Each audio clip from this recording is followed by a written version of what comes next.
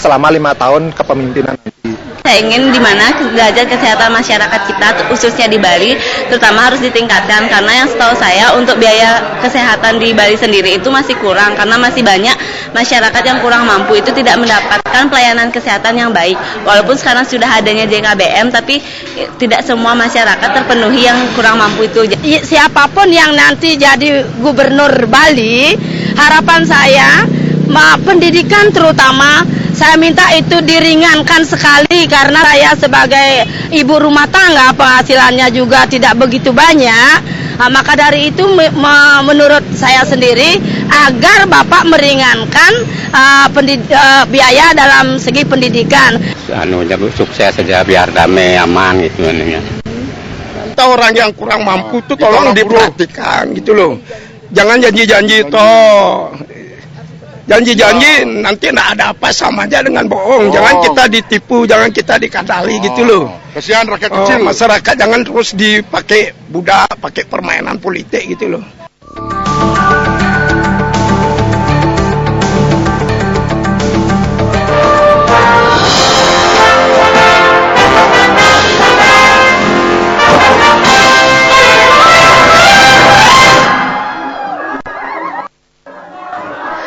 Baik, tetap tenang, baik. Anda masih berada dalam debat publik calon gubernur dan calon wakil gubernur Bali periode 2013. Baik, segera saja kita undang Nang Tualen mewakili masyarakat akan membawakan undian berisi beberapa pertanyaan dan kedua pasangan kami persilakan untuk mengambil satu saja untuk kemudian dijawab dan ditanggapi oleh kandidat yang lainnya. Baik, untuk kesempatan yang pertama, silakan pasangan nomor urut 2 untuk mengambil pertanyaan terlebih dahulu. Saya wakilkan kepada calon wakil gubernur.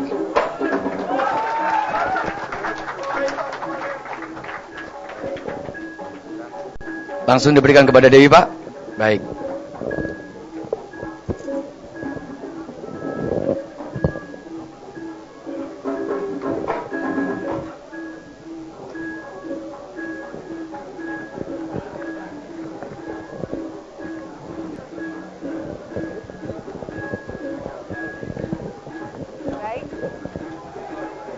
Pertanyaannya,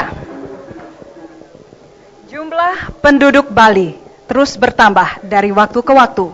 Belum lagi dengan tidak terbendungnya penduduk dari luar yang mengadu nasib di Bali. Apa yang akan Anda lakukan untuk menghadapi berbagai persoalan sosial dan kependudukan yang terjadi? Sudah siap, Bapak? Silakan, waktu yang kami berikan 2 menit mulai dari sekarang. Kita tidak bisa semena-mena membendung orang untuk datang ke Bali. Karena Bali adalah merupakan bagian dari Negara Kesatuan Republik Indonesia. Mereka berhak untuk datang ke Bali sepanjang mereka memiliki keahlian, mereka memiliki pekerjaan, dan mereka beritikat baik. Oleh karena itu, pengendaliannya adalah melalui pekerjaan.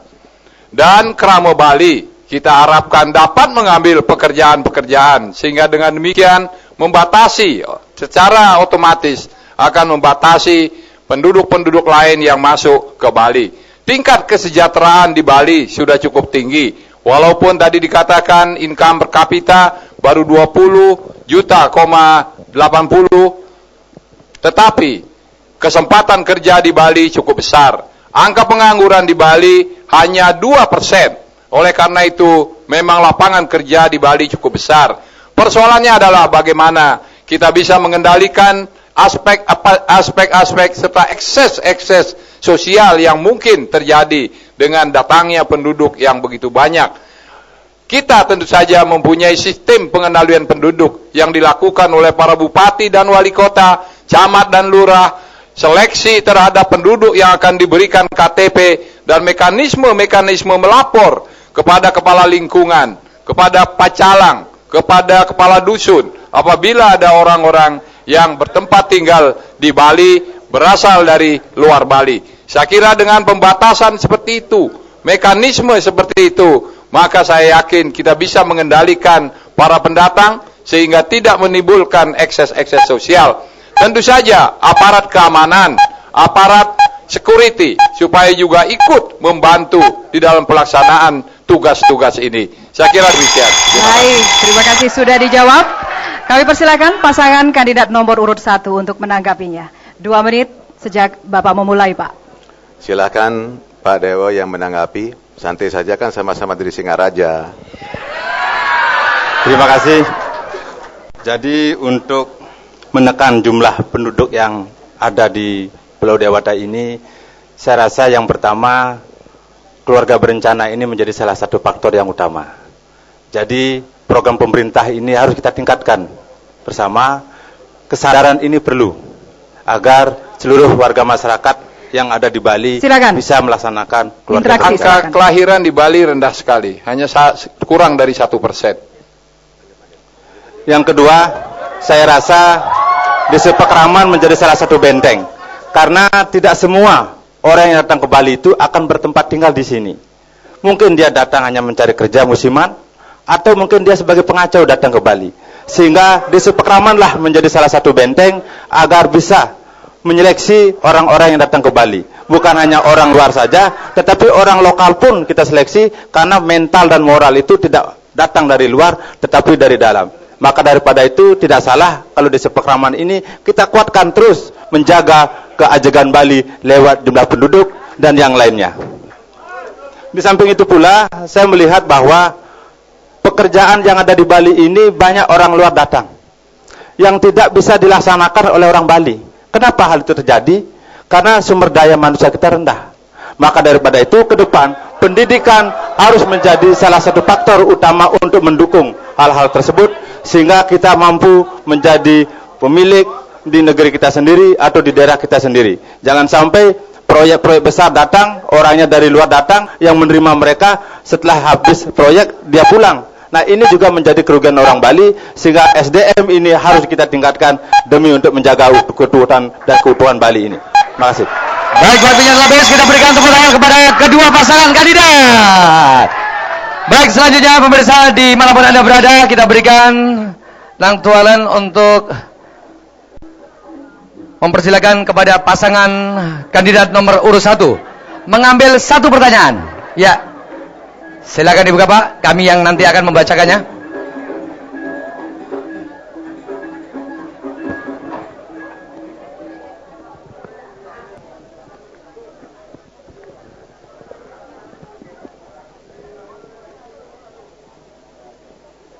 Pertanyaannya mohon disimak dengan baik. Produk-produk pengrajin kita sudah menembus pasar dunia. Namun yang menikmati keuntungan itu lebih banyak orang lain. Dalam hal ini para pelaku ekspor yang bukan pengrajin itu sendiri. Nah, apa yang akan Anda lakukan untuk membantu para pengrajin dan pelaku UKM tersebut? Silakan pasangan kandidat nomor urut 1 untuk menjawabnya. 2 menit dari sekarang. Jadi saya rasa UKM ini ke depan harus ditingkatkan, bukan dari kualitas saja, tetapi pemasaran. Sekarang kita lihat banyak industri kecil di bawah menjerit karena ada persaingan-persaingan yang tidak sehat yang dilakukan oleh investasi yang besar. Ini sering terjadi, sehingga investasi besar ini hanya membeli produk yang dihasilkan oleh para pengrajin industri kecil yang ada di masyarakat kita. Sehingga dialah yang menjual di luar Bali. Sehingga dari hal tersebut, pemerintah mestinya berani turun tangan. Kenapa pemerintah berani turun tangan? Untuk menstabilkan harga. Yang pertama. Yang kedua, pemerintah juga ikut memasarkan. Karena ini merupakan produk kita, wajiblah pemerintah untuk ikut mensejahterakan mereka. Bukan hanya kita suruh mereka hanya mengukir, bukan hanya kita suruh mereka untuk melakukan sesuatu yang kecil, tetapi ketika dia besar, dia susah untuk memasarkan. Peran pemerintah ini sangat besar untuk itu. Sehingga ke depan pemerintah harus bersinergi dengan seluruh masyarakat yang ada, terutama pengrajin, sehingga pengrajin ini ada payungnya, ada yang mengendalikan, termasuk ada yang mengayomi mereka. Dengan cara seperti itu, mereka akan bisa hidup dengan damai, mereka akan bisa hidup dengan tentram sesuai dengan hasil yang mereka terima. Dan ini saya rasa ke depan investasi yang besar-besar ini jangan selalu diberikan ruang untuk mencaplok apa yang menjadi keinginan mereka. Tetapi ini perlu kita cut, jangan sampai mereka terlalu berkembang.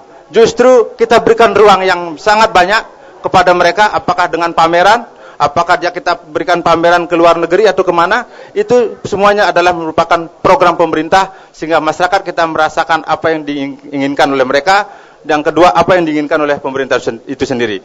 Jadi saya rasa ketika ini bersinergi antara pemerintah dengan masyarakat, saya yakin industri kecil ini akan hidup damai di Bali. Terima kasih. Baik, pasangan nomor urut 1 telah memberikan jawaban. Kami silakan kepada pasangan kandidat dengan nomor urut 2 untuk menanggapinya. 2 menit dari sekarang, silakan. Tanggapan wakil akan juga ditanggapi oleh calon wakil. Terima kasih Pak Made Mangkupastika sebagai pasangan saya. Sebagaimana tadi disampaikan bahwa produk pengrajinan kita sudah mulai menembus dunia internasional. Memang betul demikian. Lalu apa yang harus kita lakukan terhadap para pengrajin-pengrajin kita? Saya juga orang pelaku pariwisata, baik mulai dari pedagang acung sampai pada pengusaha. Nah, oleh karena itu langkah yang harus kita lakukan, pertama kita harus memperhatikan daripada UMKM kita, yaitu pengrajin-pengrajin kita dengan memberikan tambahan permodalan sehingga para pengrajin kita itu lebih bisa meningkatkan kerajinannya. Kemudian kedua, kita harus membangun infrastruktur daripada pengrajin-pengrajin kita itu sehingga ada tempat untuk memasarkan produk-produknya di dalam negeri. Kemudian yang ketiga, kita harus memfasilitasi para pengrajin kita itu untuk memasarkan ke luar negeri juga. Cara untuk memasarkan tentu kita harus melakukan promosi ke luar negeri. Nah, untuk melakukan promosi ke luar negeri tidak mungkin hanya dengan program, maka kita harus meng-create dana.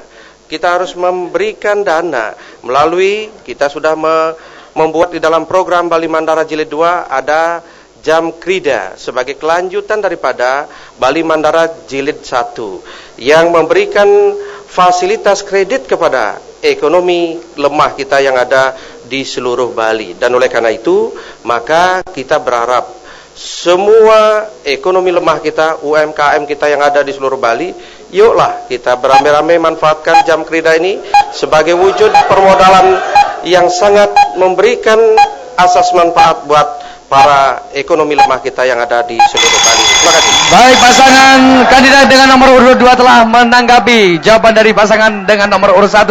Kita berikan semangat lagi untuk kedua pasangan calon kandidat ini. Iya.